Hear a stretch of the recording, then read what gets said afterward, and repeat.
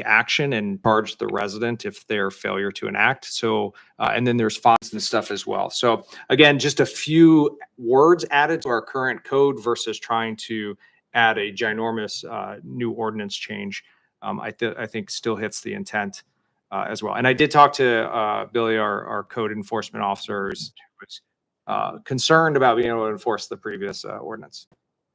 Well, I thank you for your work on this. I think it's very helpful. I like the idea. I might be nitpicking a little bit, but the stagnant water, should we add like a specification for that, like 12 inches of depth, or like can somebody call for a puddle in somebody's yard, or a kid left their bucket out and it collected water? Because it just says stagnant water. Should we add some language to that? I mean, yes, you could make a motion to adjust that. I have no clue what we would put in there for inches wise. I know the previous one said 18 inches. I would also like to maybe defer to Billy and say like common sense, but maybe we can put that in parentheses. I mean, you got, I don't know. if you have a neighbor that doesn't like you, they could call and say, hey, there's stagnant water. You could breed mosquitoes probably in like 4 inches of water though, or 6 or 8 or a quarter inch. Yeah. So, I mean, okay. I think at the end of the day, this is outside. really capturing like, just don't leave stagnant water laying around. Like, I think that's a pretty wise thing to do.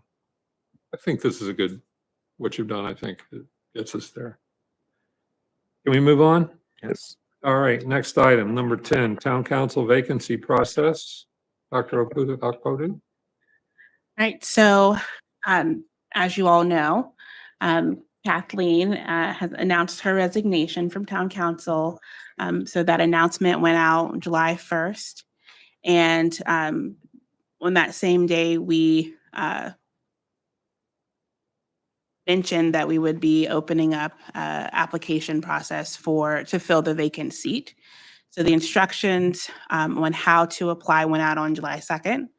And the applications will be accepted from now until July 31st. So if you know of anyone who is interested in applying, please encourage them to apply. The process for filling the vacancy will be as follows. So we posted the vacancy already. It's open until the 31st. Once we receive all of completed applications, so that includes public disclosure forms, then the Board of Elections will verify the candidates, and the Ethics Committee will review those candidates, and then we will host a work session. Right now, the tentative date is August, where the candidates will be able to come up and share information on why they're interested in the position, and they will present that to council. And this will be a recorded meeting, and then as all of our work sessions are, and then a vote would take place at the August town council meeting. So that's the process. This was established back in 2021. So we are following the precedent that has already been set to ensure that we are above board and how the council goes about filling this vacant seat. Council members, do you have any questions or comments? Okay. Thank you, Amelia. Next, upcoming wastewater reclamation treatment plant projects discussion, Blue Earth and filter cleaning from Josh, and then biosolids RFP discussion, Josh and Amelia. But Josh, if you would take it off with Blue Earth to start with. Yes. For our denitrification filters, we've had 2 chemical cleans done in the past, one in 2019, one in 2022. These were to address deficiencies that were identified in the operations of the filters, meaning the filters were not allowing an adequate amount of water to go through, reducing the flow we could put to the filters and further impacting the operation of the plant. We've started going into a routine of about every 3 years trying to do this cleaning. The filter media is a sand type media, so it's got a lot of angularity to each granule that's in there. What happens over time, you'll start having mineral buildups on those granules, and they'll start turning into round spheres, which one, do not allow as much surface area for biomass to grow on there. The mineral growths on there also inhibit the growth of the biomass, whether it be high phosphorus levels, copper, other types of minerals that might be on there. Additionally, as those granules get larger from that accumulation, it minimizes the amount of flow that the filters can actually process, or redirects that flow only to one spot where there might be a gap between the granules in there, short circuiting the process. You don't get proper turbidity going through, or stirring of the water as it goes through, going past each one of the molecules, so you don't get good contact with your biomass. Through cleaning the media, in the past, when we did in 2022, we saw a drastic improvement in the operation of the filters. The amount of flow we could put through them was drastically increased, and the denitrification capability of those filters improved significantly. At this point, we're getting to a point where we're starting to see those problems starting to rise again. Filter number one right now, we have on 12-hour backwashes instead of 24-hour backwashes, simply because it just can't take the flow through. The level just starts getting too high and we start having issues. So we feel that it's a good time to go ahead and do this cleaning again. Blue Earth products we've used in the past. They are the main company that does this kind of work across the East Coast. We've had good experience with them in the past. The pricing they gave us is very comparable to what we had in 2022. So we're hoping to be able to go forward with them and get that work going here with approval as early as late July.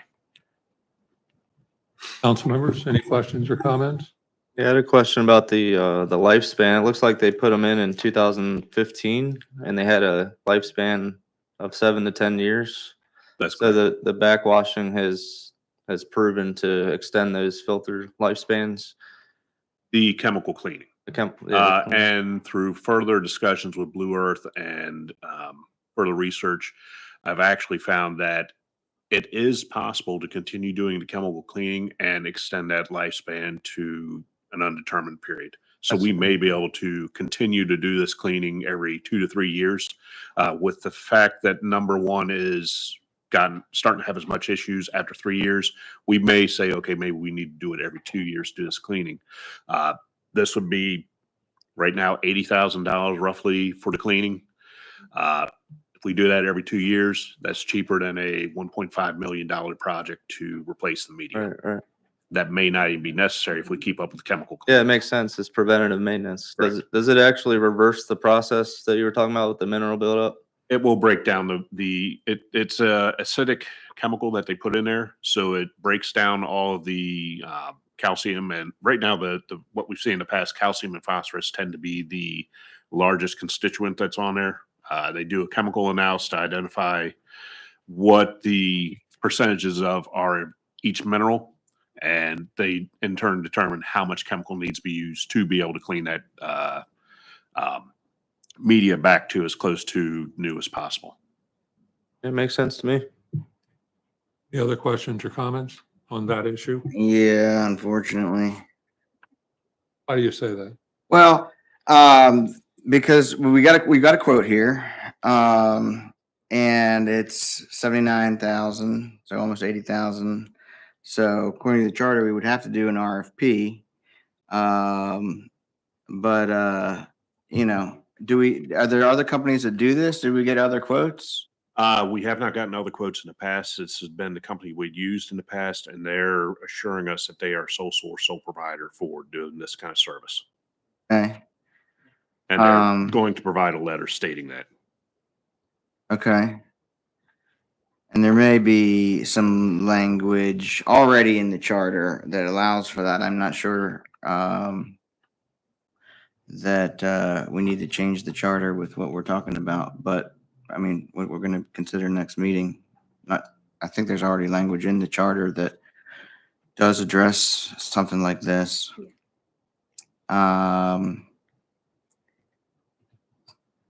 Okay. Anybody else? All right. The next item, the biosolids RFP discussion, Josh and Sanuya.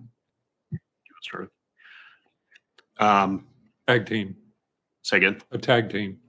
All right, so we put out an RFP and that closed out in May, and we received one bid from Synagro. That's the vendor that has provided this work for the, I think, past 2 to 3 cycles for contracts. So this is a 1-year contract with the possibility for renewal for additional 2.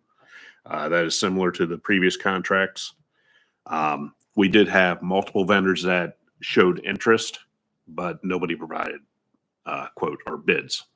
Synagro we've used for looks like on my record 7 years, which exceeds the period of time I've been here. They provided excellent work. Their pricing for this bid was actually a little bit lower than I estimated for budgeting purposes. Since we didn't have the number, I had to just extrapolate as the cost has carried over the years. And they came in a little bit lower than what I had calculated. They came in at 170.25 per wet ton. Carrying the numbers forward, I had come out as an estimate of 181.21. So we're well budgeted for this for the fiscal year. And in the package, you'll see the bid results document. So this is when we unsealed the bid and the bids that were submitted. Mhm. Anybody have any questions or comments on this issue?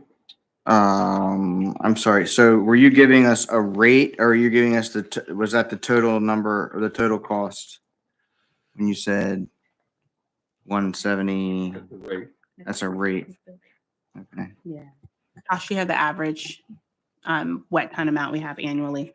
Well, the contract was set at an average of 1,700 wet tons per year, and that would be 1,700 times $170.25 is what we would estimate for the year.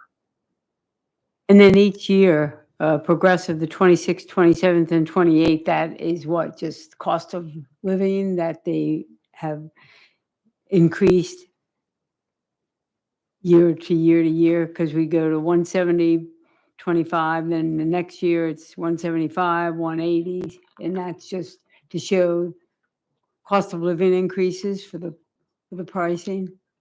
I would assume that's what part of it is. Also, the cost of processing the sludge up at their facility up in Curtis Bay. Chemical increases, fuel increases over time, because there's a lot of moving parts when it comes to just hauling our sludge out of the plant. Yeah, I was gonna say, to follow up on yours, I went back and looked at them and they just every year they just up at $10. That's like their trend. So Like your phone bill, yeah, Five. yeah. cable bill, yeah. All right. Anybody got any other questions on this issue? Yeah. Josh, with this biosolid sludge removal, do we, just for the public's knowledge, do we do anything to try to limit the biosolid sludge, like anaerobic digestion or I was reading about it before the meeting. Like, do we do anything to try to limit, or are there technologies that we could leverage to lower our amount of waste? Currently, we have what's considered an aerobic digester on the plant, where every day we waste X amount of solids out of the plant because we need to keep a balance of how much we actually have in the process. That goes into a tank. It's aerated. We have a timer set to where it stops aerating to try and reduce nitrates and ammonia in it. Once that's gone through about a week or so, we shut it off, let it settle out, pull the water off the top, so that gets more concentrated solids. In the past, we were getting about a 0.7 to 0.8% on our digester solids.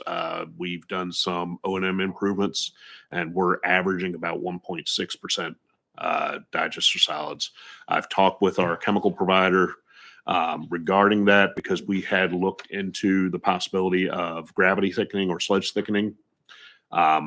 And he said if you start thickening much further, you start having issues with thermal breakdown, where it just starts getting too dense and starts heating up, and you start having issues there with your chemicals and whatnot when you go to put it across the press.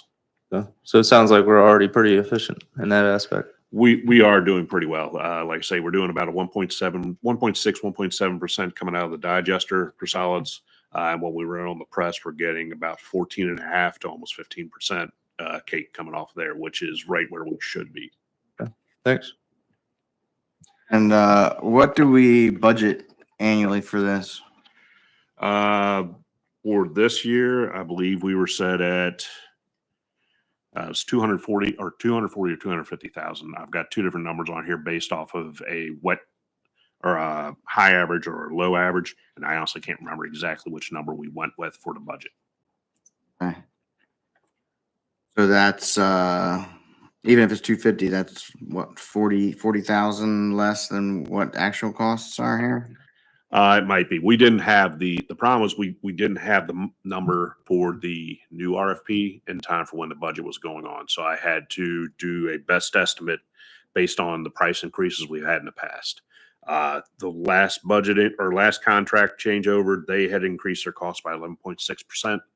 And then it was 5.6 the next year, 6.78 the year after that. I calculated about 8% increase, just going on kind of the low side.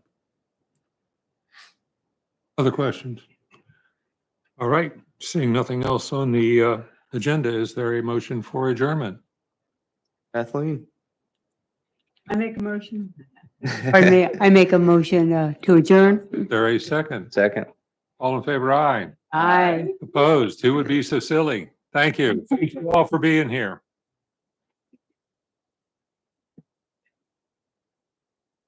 Kathleen's fine. And if you, Buying. before you all leave, can I have your attention a minute, please? Before you leave, we are having a celebration for Kathleen with cake and so forth. So please hang out and join us to celebrate her service to the town and commiserate that she's leaving town. Yeah, boom, boom.